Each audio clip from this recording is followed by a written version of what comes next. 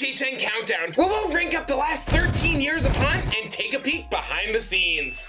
I'm 6 Billiam, and in our deep dive through 115 haunts, today we're going to be looking at the 20 worst ones, both new and old. Since I started attending way back in 2010, I've seen the event evolve from being defined purely by its groundbreaking original ideas to, nowadays, mostly what intellectual properties it can showcase. That's not necessarily a bad thing, because whether it's Jack Torrance or Jack the Clown, there's 5 crucial elements to making a killer haunted house. They're constant and, as you'll see, often overlooked. We'll get back to these throughout the series, because before we can say what makes a haunted house bad, I have to ask you, what makes a haunted house good? Is it wild effects or crazy animatronics, a menacingly memorable villain, or just the simplicity of a well-timed jump scare? You'll have to see as we rank them all up, even if some of these first ones aren't really worth remembering. Especially my pick for the worst of them all, 2016's Lunatics Playground, You Won't Stand a Chance. It's the only haunt that I've found truly disrespectful in all of my years of attending. Not only should the overplayed asylum trope have stayed buried in the 2000s, but it's an inexcusable crime to mock self-harm, especially for, what, a cheap punchline? All that aside, Lunatics Playground simply looked and felt low quality, with one of HHN's most legendary haunt settings becoming nearly unrecognizable in the worst way. You'd think Chance would have gotten something better, but I promise you won't stand a chance at finding something, anything worthwhile inside this apathetic haunt. Which is also exactly how I feel about 2022's Halloween. And listen, it's a hot take, I know. But as you'll see, Mikey starred in some of the best haunts ever. And 2022's version simply failed to innovate or improve on any of them in any way. Michael Myers is the king of the shadows, a boogeyman who enjoys the cat and mouse aspects of the chase. So placing him front and center the entire time removes nearly all moments of tension and fundamentally misrepresents the character's strengths. If you want Mikey jump scares, sure, there's plenty of them, but they're cheap thrills that lack any lasting impact, and really the only scene that tried to do anything worthwhile was over before you could really even appreciate it. But at least I can say these next two failed for their ambitions and not lack thereof. 2013's Afterlife, Death's Vengeance didn't do much to justify that 3D isn't an automatic death sentence. But what this haunt did get right was drenching the entire experience in a thick, southern-soaked soundtrack that you could almost feel, giving this journey into hell a completely distinct vibe. And who knows if 2023's The Darkest Deal would have worked so well without this trial run. Will Bobby the Blades transition into the afterlife after his electric death? No, not that type. And the neon-soaked Stabathon show unrealized promise, Afterlife's uninspired tricks and visuals remain stuck in purgatory, leaving us with the climactic finale of a spinning tunnel? The bad ideas were noticeable and the good ones didn't always work, leaving this as the worst haunt of 2013.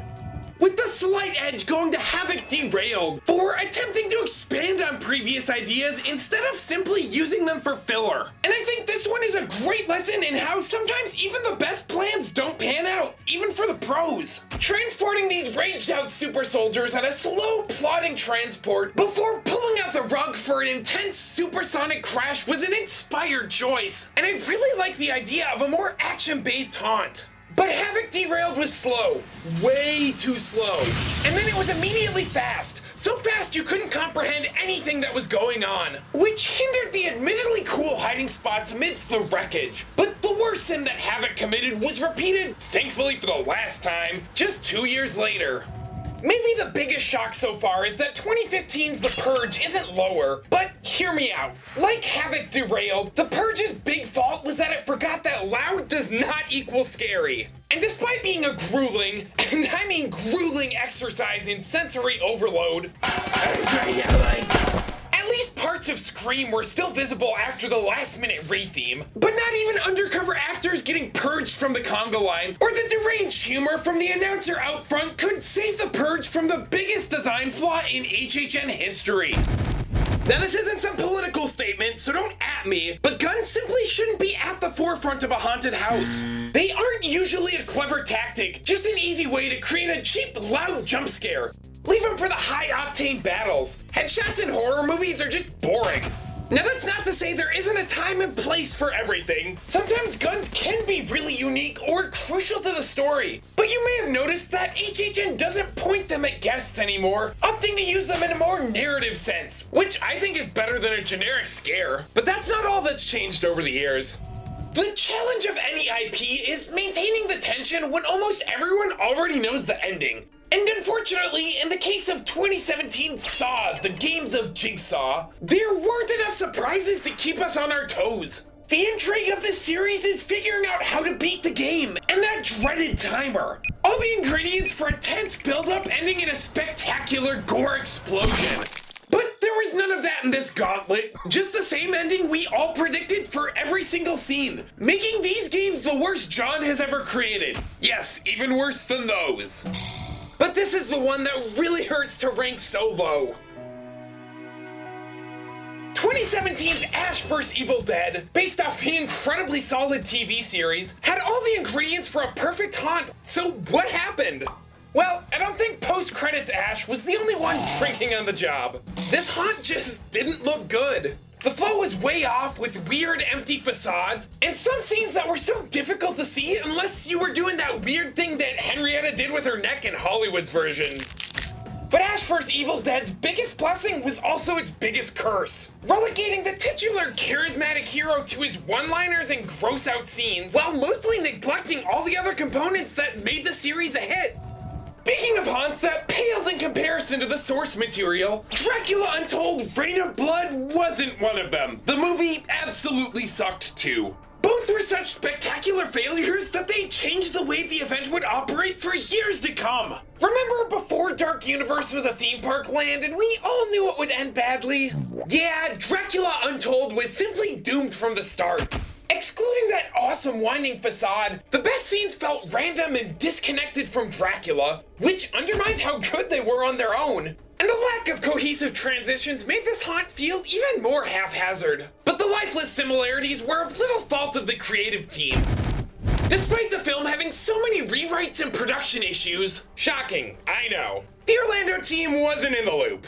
They are located in the heart of the action like their sister event in Hollywood. Vastly different locations and, most importantly, resources can really change how each coast is able to adapt somebody else's idea. Which is why sometimes the West Coast IPs may feel more collaborative and a bit truer to the source material. Orlando wouldn't officially tackle another unreleased property until almost a decade later with 2023's phenomenal Exorcist Believer. Again, not talking about the movie. But then again, Universal's closeness with Blumhouse Productions is the best long-running partnership they've ever had. And speaking of long-running partnerships, every year AMC brought The Walking Dead to HHN, they brought something new, something bigger, something better. At least until 2015's The Living and the Dead. Those new Walker effects should have blown everything else out of the water, but instead, well, yeah. And by year 4, Walkers just weren't scary anymore.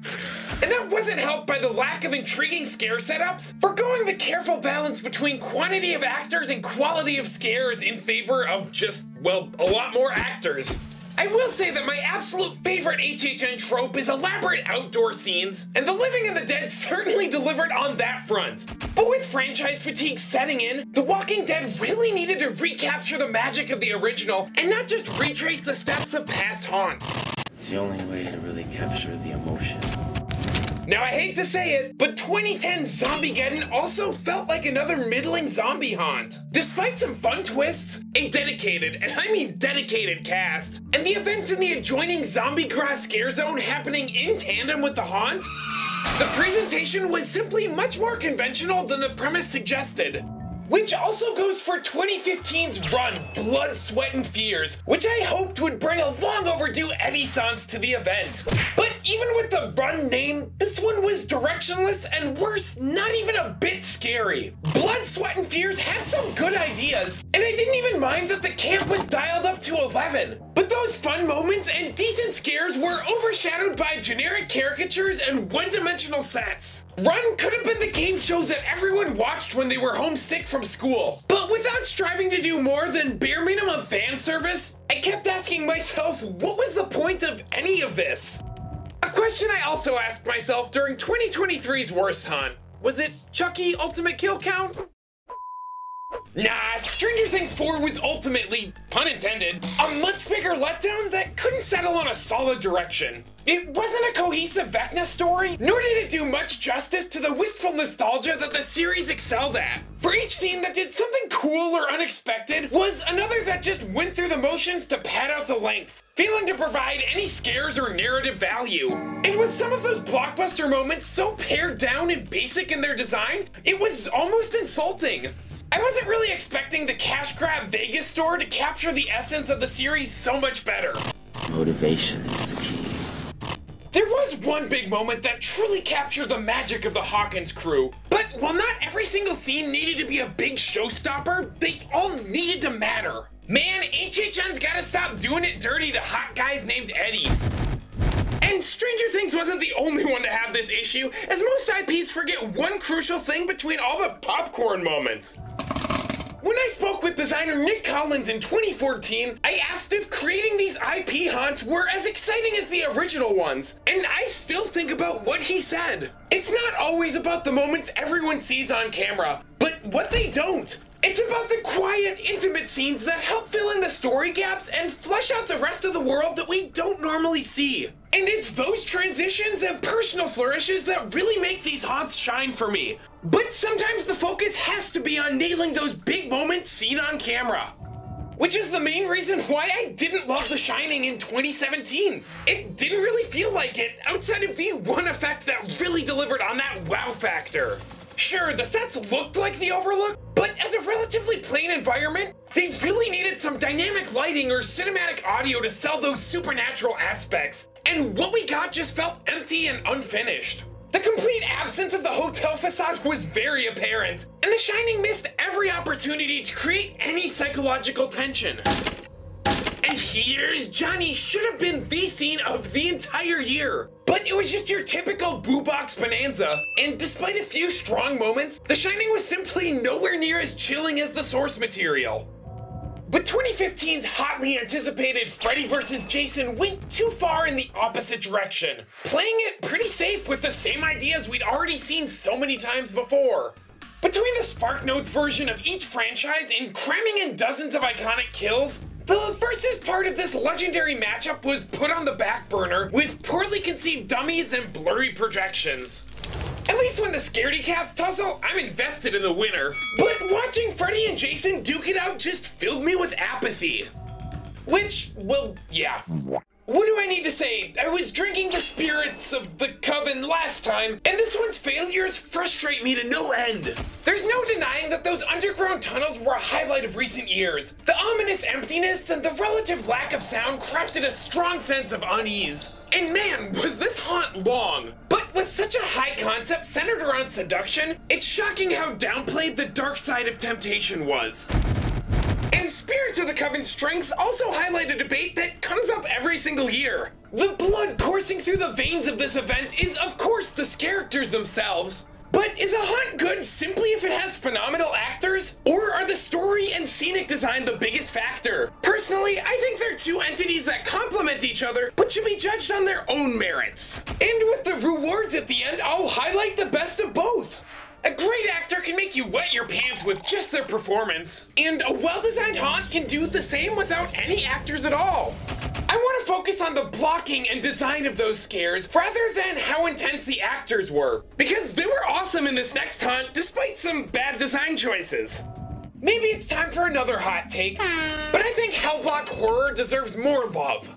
Besides the cookie-cutter concept, there were some striking images and a surprising amount of depth to the lore and Easter eggs, if you could see in the dark.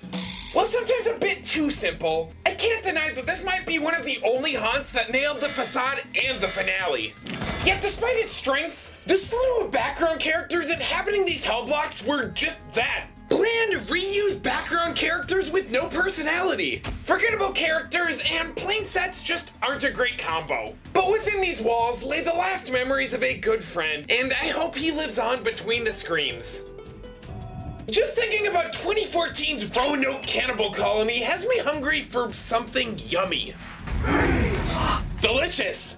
This spiritual precursor to Blood Moon trailblazed the use of numerous outdoor facades and open environments, but I was never sure if I was supposed to be cowering from these cannibals or laughing at a skewed drunk history sketch. A bit too gimmicky for the gritty circumstances, and too many cool ideas not flushed out enough. You know what?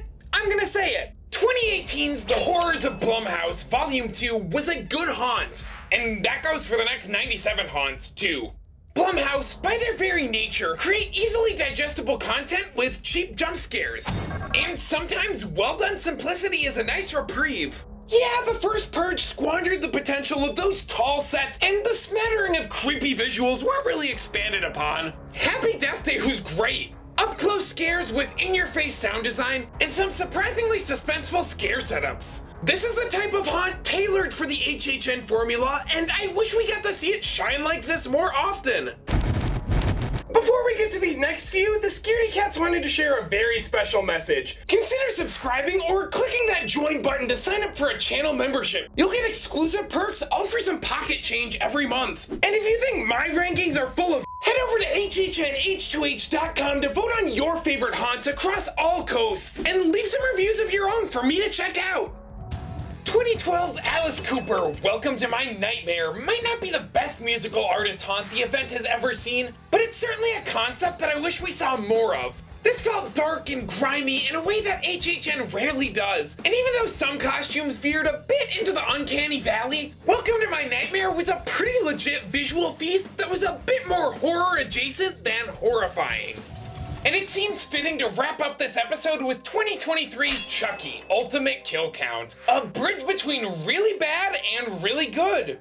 Listen, enough has been said about the quality of these sets that I don't need to beat a dead horse, but few people actually give this one credit for such inventive costuming and some really well executed puppet scares. It's easy to always talk about the bad and let it overshadow the good, and I think Ultimate Kill Count was simply misguided in a lot of ways. But burying this entire haunt is burying a plethora of ideas that just needed some fine-tuning. Which I think sums up this episode quite nicely, learning from the past and bringing those ideas back with a vengeance. Except Lunatic's Playground, you stay in the Forgotten Zone. In this slew of haunts that didn't quite work for me, I'll give the Scaredy Cat award for the scariest scene to the Happy Death Day parking garage in Blumhouse 2, totally killer, and the Soiled Shorts for best actor scare to these hulking hunks in Spirits of the Coven. The Melted Plastic award for best facade goes to Dracula Untold for building up much more anticipation than the haunt deserved, and the Big Brain for best effects to that cool transition in Afterlife, Death's Vengeance. We've seen good in most of these bad haunts, and the director once said that film is forever. And these haunts lacked that sense of purpose. With an upsetting lack of innovation, I can't say many of these tried to justify a greater existence beyond simply adding capacity to the event. Next time we'll look at some good haunts that lacked one much more obvious compelling factor, and explore deeper some of the origins of these original horrors. And don't forget to head to HHNH2H.com and show your favorite haunts some love. Until then, let's all do something that makes the world a little better. I'm 6Billiam, and make sure to test your HHN knowledge against mine with these trivia episodes right here.